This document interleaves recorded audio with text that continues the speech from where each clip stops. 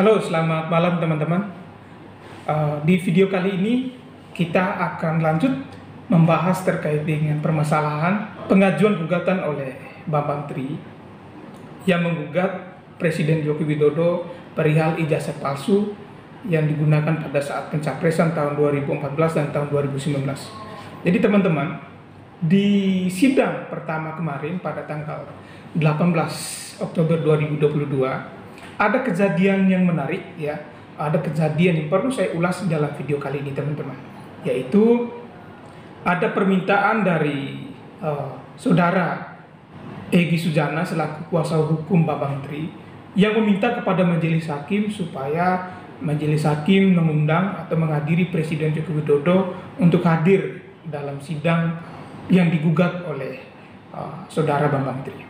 Jadi teman-teman, sebelum kita membahas atau mengulas permasalahan ini, lagi-lagi saya mengajak teman-teman untuk kembali membuka dasar hukum teman-teman. Jadi di channel ini ketika kita membahas sesuatu, ya, kita harus acuannya adalah undang-undang. Dasar hukum itulah acuan kita.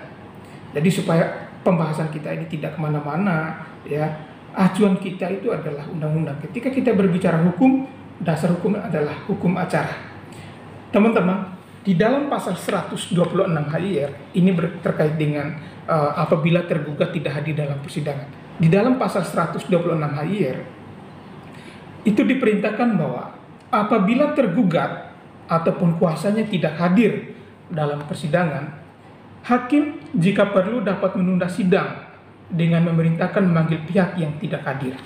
Artinya di dalam pasal ini bahwa masih ada kesempatan untuk Bapak Presiden Joko Widodo selaku tergugat untuk hadir pada sidang berikutnya.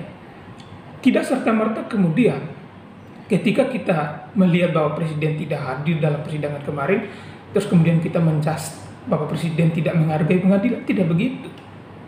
Hakim atau majelis yang ada di pengadilan juga tahu yang digugat ini siapa. Mereka tahu Presiden Joko Widodo yang digugat. Ya. Artinya apa? Bahwa Presiden Joko Widodo ini kan banyak agenda penting di negara ini. Tidak hanya mengurus satu perkara ini. Artinya beliau kan juga dikelilingi oleh profesor-profesor doktor, profesor hukum di sekelilingnya.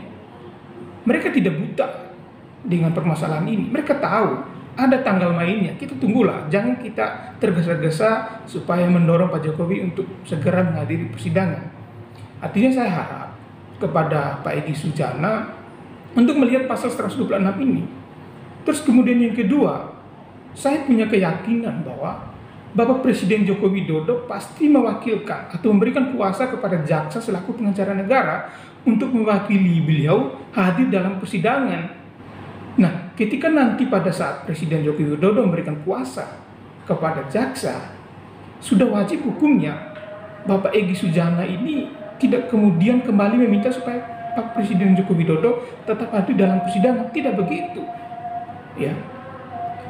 Karena di sini jaksa ketika sudah menerima kuasa dari Bapak Presiden Joko Widodo, mereka sudah memiliki hak penuh untuk menghadiri, untuk sama-sama memberikan jawaban, memberikan duplik, memberikan kesimpulan, dengarkan putusan dari pengadilan negeri. Jadi mereka sudah memiliki kewenangan penuh untuk mewakili Presiden Joko Widodo dalam persidangan. Jadi saya harap kepada Bapak Egy Sujana melihat itu. Adapun dasar hukum ketika seseorang menerima kuasa berhak mendampingi atau menghadiri persidangan.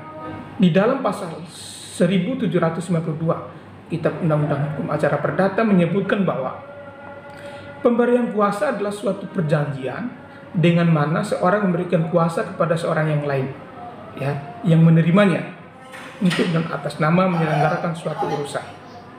Jadi teman-teman, ketika jaksa sudah seperti yang saya sampaikan tadi, ketika jaksa sudah menerima kuasa dari Bapak Presiden Joko Widodo, berarti Bapak Presiden Joko Widodo tidak harus hadir dalam persidangan karena beliau sudah memberikan kuasa kepada jaksa, dan tugasnya jaksa adalah membantu Bapak Presiden Joko Widodo untuk menghadiri, untuk menyelesaikan perkara di pengadilan. Begitu teman-teman. Jadi saya mau meluruskan cara berpikir kita ketika ada permintaan dari Bapak Egy Sujana yang mengharuskan Bapak Presiden Joko Widodo hadir dalam persidangan.